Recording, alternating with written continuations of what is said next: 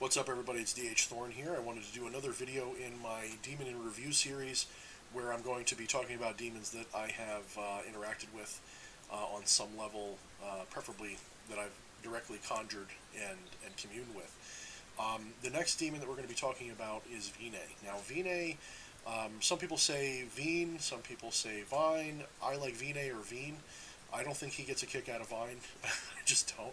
But I don't think he's going to, destroy you if you say Vine instead. It's not like he's going to be that insulted, but I get the impression he likes Vine or Veen.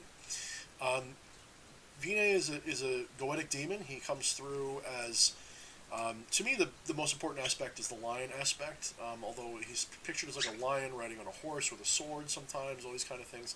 So he's very much shown as an entity of, I don't want to say just war, like he's not like a foot soldier or something.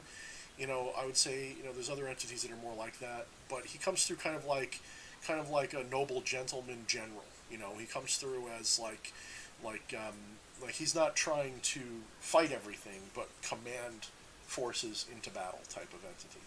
And he's got to me, he came through with a very, I don't want to say rigid, but stern, somewhat abrupt energy. He wants you to get to the point and dismiss him.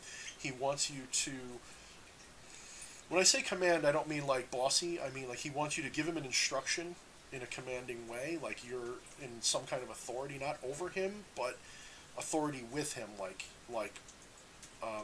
tell me what you want me to do, that kind of thing. And so then you say, well, I want you to do this, and then you make your offering and you dismiss him. He's not very talkative. Again, he's definitely, goetic demons to me, very often they're just like, things when you're dealing with them. They kind of come through as this is possibly also just my preference for how I interact with them, but you just know things all of a sudden. It's you get gnosis without sound. You don't get told something, you just know. And this is a very common way I think that these entities will communicate with you. King Paimon was the exception. I heard him, I felt him. There was images, big show, and Lucifer the same thing. But with Vine, it was very much just knowledge. It was knowledge and sudden thoughts that I knew weren't mine, with occasional words. Occasional, like I might hear something. He also came through with a very powerful physical manifestation in my home, where I had the first time I had conjured him, I had asked for a strong audible sign. I wanted to hear something in my home. It was late at night, and I thought, this is perfect. It's quiet. There's nothing going on. If all he does is like knock on the wall or something, that'll be perfect. And so I asked for this, and I started just meditating and keeping in trance. And I asked, and about not even 30 seconds later, the dishes in the drying rack that had been sitting for hours without moving suddenly lurched, and like a dish fell and settled into the drying rack, like it probably fell an inch or two, and made a loud clank and a bang. And I was like, whoa, okay, this is real. At this point, you got him. I was like, I'm not looking at that gift horse in the mouth, and I immediately went on with the rest of my interaction with him. And he responded to my request very strongly.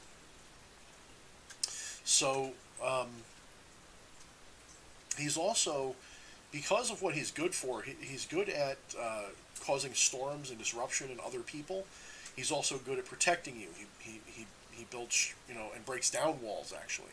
So in a way, he's good at protecting you by going through barriers. He's good at being your, kind of like your offensive guy. And he teaches magic. That's another thing he's attributed to. So I had made my requests of him, and I gave him blood offering. He likes blood. He likes blood. I think he likes meat. I got this impression, like, yeah, give him some raw meat. Give him a little piece of hamburger or something. He probably love that. Just bloodier the better. Put your own blood on it. Why not? He loves blood. I really got that strong impression. Because every time I've worked with him, he's like, one of the first things he asks for is blood. And when I give it to him, it blazes in the cauldron. It's like, boosh, he wants it. So blood is a very strong thing for him. And again, he's very abrupt and very quick. And that's why this video is a little short, because he's not very talkative, but he'll give you knowledge. If you ask him for a ritual, you will get a ritual. My first one that I did with him was I wanted a way to break the binding that's been put on me in the past with regard to magic, as well as I made a blog post about this. You can be bound by people who don't know magic. Just by their negative thoughts can create the same effect as binding magic on you over time. And it can be very important to break that from time to time, to do You know, you can only protect yourself so much. Once in a while, you need to just break it. And so he gave me this reasonably easy ritual to do that I'll do again probably soon when I feel the need for it. And it involves taking a leather cord and doing the rest of the working, and at some point breaking it, and breaking free of all of that. You know, so you have to charge it. It's kind of like a cross between cord magic and candle magic. There's a little bit of both going on, which there's a blog post about that too. So he's very good at teaching you, especially like low magic. He's very good at teaching you spells that you can use for things and pointing you in the direction of grimoires and things like that. It was a day after that, when I was looking for something else, I got this interesting grimoire as a PDF that I've been using and just looking at it. I'm not using it, but I'm looking at it for inspiration. So it's very, very, very potent entity for teaching you. But it's very abrupt. It's not going to be like you're going to be sitting down and having a conversation with T. This is going to be like, this is what I want. Okay, here you go. Talk to you later. He's, you know, he doesn't like to waste words. He also, probably the biggest thing was I did a video with him, a ritual video with him, which is kind of somewhat popular, people watching it, where I evoked him to help me with the problem with Facebook, because I have a blog, as I keep bringing up, that was blocked by Facebook for a little while for spam.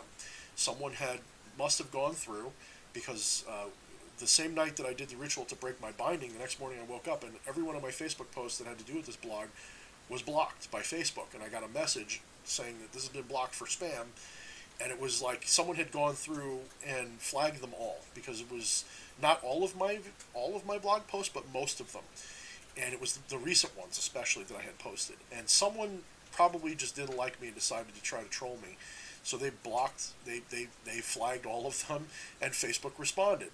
And so I was blocked off of Facebook from posting my blog, which broke my heart, because that's like a big piece of my interaction with people right now, getting people to know what I'm doing.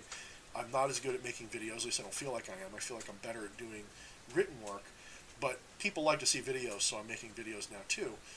But I wanted to do my blog, because that's where I can really formulate my ideas and give out my spells and give out rituals and really, you know, do other kinds of artwork for people.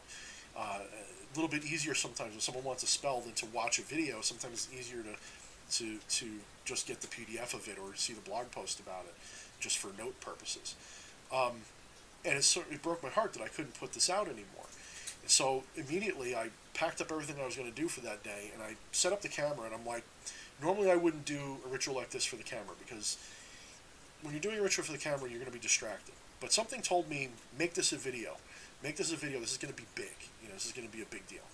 And so I decided to make this video where I evoked Vinay and asked him to break down these barriers, because that's what he's good at. Break down these barriers and punish whoever was responsible if he could find out who it was. And lo and behold, I did the ritual. It wasn't really full of any manifestations. I've got videos where there's much stronger manifestations. There wasn't really any strong manifestations in the video. I felt him very strongly. You can tell, you know, people have said that you could see in my eyes that I'm communing with them, and that the ritual went perfectly, that I did it very well, that this is a good example of how to do them. And it is, but it's, you know, I was very glad to get these compliments. I got it from several people. But it wasn't like, I didn't feel proud of, like, the manifestation. It wasn't like, ooh, look at the manifestation. But I did this video, and I saved it privately for a while, so that this way I'd have a record that it happened, and then if it worked, I would post it. Now, normally Facebook, if you get blocked for something like this, and you submit an appeal, it could take weeks, sometimes months, to get them to reverse their opinion, especially since they say they don't even look at every request.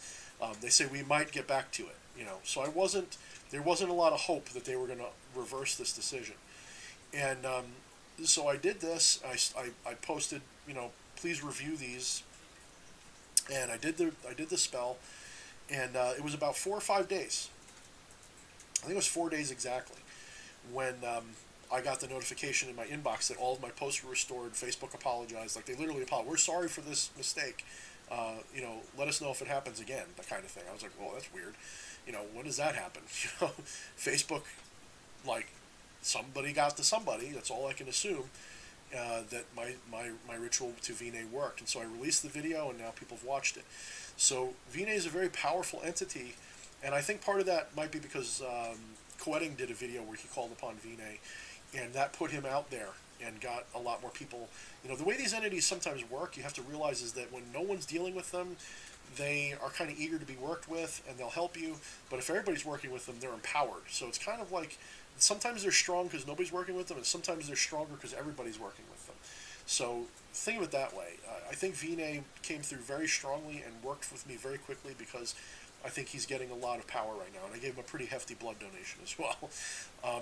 So Vine is a very strong, aggressive, and abrupt entity. I do recommend that you be polite to him, but be assertively polite. You know, don't be all full of pleasantries. Like, you know, don't beg him. Certainly don't beg him. I get the impression he does not respect you. If you're like, oh please, please, please, I don't think that's what he wants. I think he wants you to invoke him and channel him a little bit and channel his power and his might and channel it through you in your working, you know, because he's abrupt and he's powerful and he wants things done, and that's your attitude. You need to be, this is going to happen and it's getting done now, and then close the ritual. In fact, it was probably one of the shortest ones I've done in a while, so keep that in mind. Anyway, this is DH Thorne signing off. The next video will probably be about Baal, and that one's kind of a complicated one, which I made a blog post about, so we'll get into that in another video. Thanks.